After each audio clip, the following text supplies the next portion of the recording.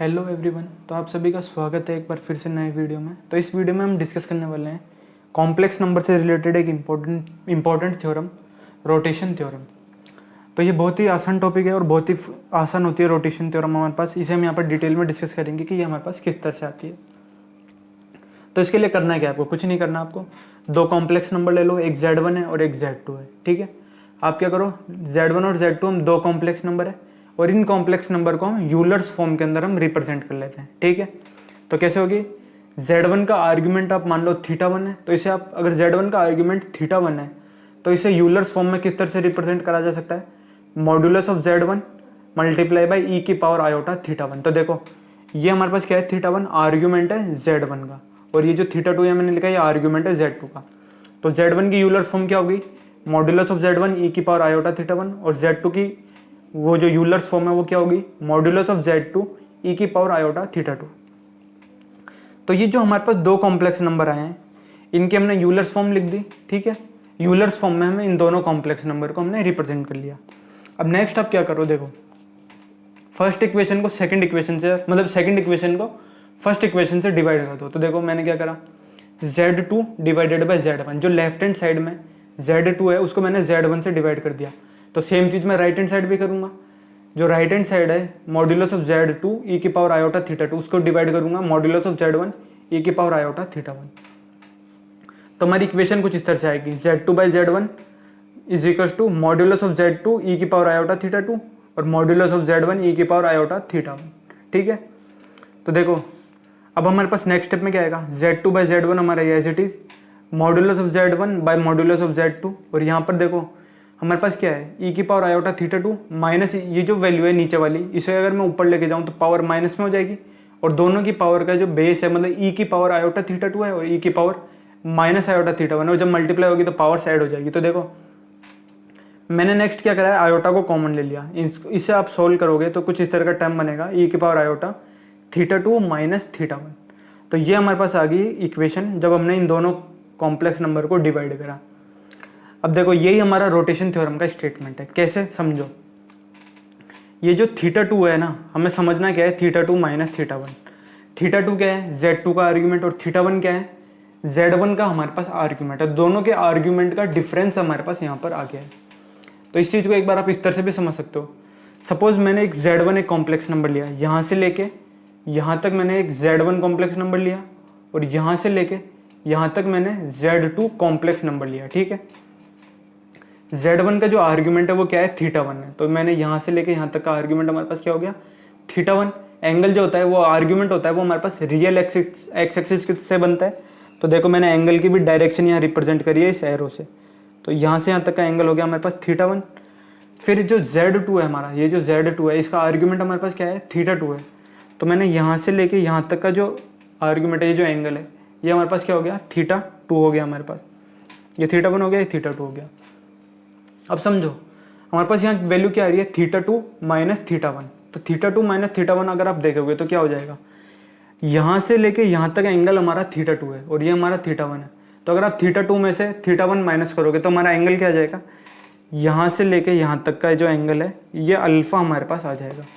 ठीक है, यहाँ से मतलब मैं क्या कहूँ, ये जो एंगल बनेगा अल्फा, अल्फा की वैल्यू हमारे पास क्या हो जाएगी, θ2 माइनस θ1 और वो क्या होगा, डिफरेंस होगा क्या, मतलब क्या होगा, एंगल बिटवीन होगा Z1 और Z2 के बीच में। ठीक है, तो मैंने क्या होगा, अल्फा की वैल्यू क्या आ गई मेरे पास, θ2 माइनस θ1। तो मैं इस θ2 माइनस θ1 की जगह क्या रख दूंगा, अल्फा। और अल्फा क्या है हमारे पास, angle between Z1 and Z2 और उसकी डायरेक्शन क्या है, एंटी क्लॉकवाइज। ये चीज हमेशा ध्यान रखना, डायरेक्शन हमेशा एंटी क्लॉकवाइज है। इस एरो, जो ये एरो बना रहा हूँ ना मैं, ये इसीलिए बना रहा हूँ मैं, डायरेक्शन हमेशा एंटी क्लॉकवाइज हमें लेनी है। रियल एक्स एक्सिस, जो रियल एक्सिस है हमारी, ये हमारी रियल एक्सिस है, ये इमेजिनरी एक्सिस है। तो जो हम एंगल कैलकुलेट करेंगे वो हम रियल एक्सिस से ही कैलकुलेट करेंगे। ठीक है, और एंटी क्लॉकवाइज हम डिस्कस करेंगे। तो देखो θ2 माइनस θ1 की जगह मैं अल्फा पुट कर देता हूँ।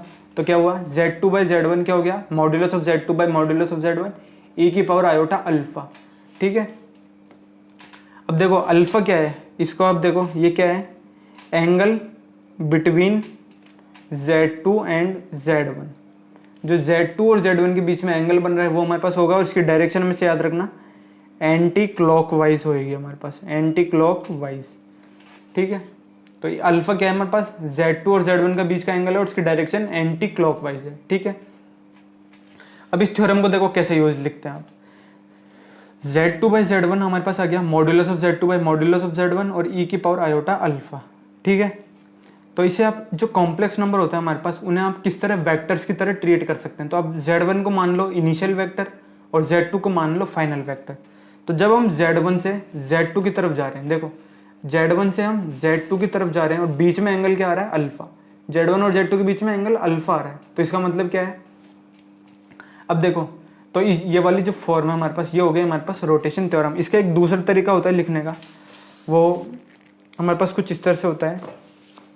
देखो मैं यहाँ पर लिख के बता देता हूँ आपको। Z2 divided by modulus of Z2 बराबर होगा Z1 divided by modulus of Z1 into e की पावर आयोटा अल्फा। ठीक है, तो रोटेशन थ्योरम जो होती है वो इस स्टेटमेंट से आपको आसानी से समझ में आएगी। देखो हम जो Z1 है, Z1 से अगर हम Z2 की तरफ जा रहे हैं, Z1 से आप इस वेक्टर को, ये जो Z1 है, इसे जो मैंने पेन रख रहा हूँ उसकी तरह आप समझ सकते हैं। यहाँ पर देखो सपोज ये हमारा Z1 है, तो Z1 से मैं Z2 की तरफ जा रहा हूँ। ठीक है, Z1 से मैं Z2 की तरफ गया तो मतलब क्या है, Z1 और Z2 के बीच में एंगल क्या बना, अल्फा। Z1 और Z2 के बीच में एंगल क्या बना, अल्फा। तो हमारे पास ये जो फॉर्म होती है, अगर हमें Z1 से Z2 बनाना है तो कैसे बनाएंगे, Z2 by modulus of Z2 बराबर होगा किसमें, Z1 by modulus of Z1 और अल्फा क्या होगा, angle between Z1 and Z2। तो यही हमारे पास रोटेशन थ्योरम का स्टेटमेंट होता है। Z2 को हम क्या कहते हैं, फाइनल वेक्टर, और Z1 क्या होता है, इनिशियल वेक्टर। तो initial vector by modulus of initial vector multiply by e की पावर आयोटा अल्फा। अल्फा क्या है, the angle between final vector and initial vector, और Z2 क्या है हमारा, final vector divided by modulus of final vector. या फिर आप इस वाले में भी यही समझ सकते हैं। देखो मैंने क्या करा, ये जो मॉड्यूलस ऑफ Z2 था इसको मैं इधर ले आया और Z1 को, इन दोनों को मैंने रिप्लेस कर दिया। मॉड्यूलस ऑफ Z2 और मॉड्यूलस ऑफ Z1 को मैंने इंटरचेंज कर दिया, तो ये वाली इक्वेशन हमारी आ गई थी। इसे इस तरह से भी देख सकते हैं, final vector divided by initial vector. ठीक है, कॉम्प्लेक्स नंबर को आप वेक्टर्स की तरह ट्रीट कर सकते हैं। Final vector divided by initial vector is equal to modulus of final vector divided by modulus of initial vector multiply by e की पावर आयोटा अल्फा, और अल्फा क्या है, angle between N Z1 and Z2। ठीक है, तो ये हमारे पास आ गया रोटेशन थ्योरम का स्टेटमेंट। अब देखो जो हम Z1 और Z2 ले रहे हैं उसमें क्या करा हमने, ओरिजिन यहाँ पर फिक्स कर दिया। ठीक है, जो हम Z1 और Z2 ले रहे हैं ये ओरिजिन से ले रहे हैं, तो ऐसा जरूरी नहीं है हमारे पास हर केस में ओरिजिन आए। तो नेक्स्ट केस देखो हमारे पास क्या है, सपोज एक कॉम्प्लेक्स नंबर है Z0। ठीक है, Z0 और दूसरा कॉम्प्लेक्स नंबर है Z1 और तीसरा है हमारे पास Z2। तो तीन कॉम्प्लेक्स नंबर की वन है Z0, Z1 और Z2। ठीक है, तो अब हम क्या करो, देखो इसमें अगर आपको रोटेशन थ्योरम आपको लगानी है तो कैसे लगानी है। सपोज ये जो वेक्टर्स बने, Z0 से हमने Z1 को कनेक्ट, वो जो स्ट्रेट लाइन बना थी, और Z0 से Z2, मतलब Z0 से Z2 की तरफ हमने एक कॉम्प्लेक्स नंबर हमने बना दिया।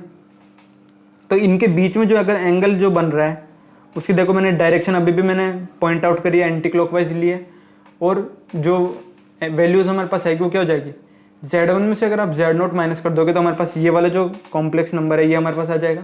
इसे आप वेक्टर की तरह ट्रीट कर सकते हो, वो क्या हो जाएगा, Z1 माइनस Z0 हो जाएगा। तो ये क्या हो गया हमारे पास, इनिशियल हमारे पास क्या हो गया, ये वेक्टर हो गया, और ये हमारे पास क्या हो गया, फाइनल वेक्टर हो गया। मतलब ये जो कॉम्प्लेक्स नंबर है वेक्टर्स की तरह आप ट्रीट कर सकते हो। तो ये हो गया Z2 माइनस Z0। तो इसमें आप अगर रोटेशन थ्योरम आप लगाओगे तो कैसे लगाओगे, in final vector divided by initial vector. ठीक है, तो देखो मैंने यहाँ लिख रखा है, मैं यहाँ पर लिख देता हूँ। तो final vector by initial vector, तो देखो फाइनल वेक्टर क्या है, Z2 minus Z0। Initial vector क्या है हमारे पास, Z1 माइनस Z0। ठीक है, ये हमारा फाइनल वेक्टर हो गया, ये इनिशियल वेक्टर हो गया। इज इक्वल टू में मॉड्यूलस ऑफ फाइनल वेक्टर, तो Z2 माइनस Z0 का मॉड्यूलस ले लो आप, और फिर divided by modulus of Z1 minus Z0। तो ये मॉड्यूलस ऑफ फाइनल वेक्टर और ये मॉड्यूलस ऑफ इनिशियल वेक्टर, और ई की पावर में आयोटा अल्फा। अल्फा क्या है, इन दोनों के बीच का एंगल। तो ये हमारे पास आ गया रोटेशन थ्योरम का स्टेटमेंट। तो देखो इसे मैंने यहाँ पर भी लिख रखा है, Z2 minus Z0, Z1 minus Z0 modulus of z2 minus Z not divided by modulus of z1 minus Z not, और e की पावर में अल्फा की आप ध्यान रखना ये हमारा एंगल होता है किसमें, z2 और मतलब जो हमारा इनिशियल और फाइनल वेक्टर होता है, ये angle between initial vector and final vector, ठीक है। और अगर आप इसमें क्या करो, देखो ये जो है modulus of z2 minus z1, इसको अगर आप यहाँ डिनोमिनेटर में ले आओ और ये जो वैल्यू है z1 माइनस, इसे आप अगर न्यूमरेटर में लिख दो तो कुछ इस तरह से बन जाता है z2 minus z1 divided by modulus of z2 minus z0 और z1 minus z0 divided by modulus of z1 minus z0 और मल्टीप्लीकेशन में e की पावर आयोटा अल्फा। तो ये हमारा हो गया explanation you'll rotation theorem of complex number का। तो अगर आप वीडियो आपको अच्छा लगा तो चैनल को जरूर सब्सक्राइब करें, और कॉम्प्लेक्स नंबर के ऊपर मैं ऑलरेडी बहुत सारे वीडियोस अपलोड कर चुका हूँ, उन्हें भी आप देख सकते हैं। डिस्क्रिप्शन में आपको प्लेलिस्ट मिल जाएगी, वहाँ जाकर आप सारे वीडियोस देख सकते हैं।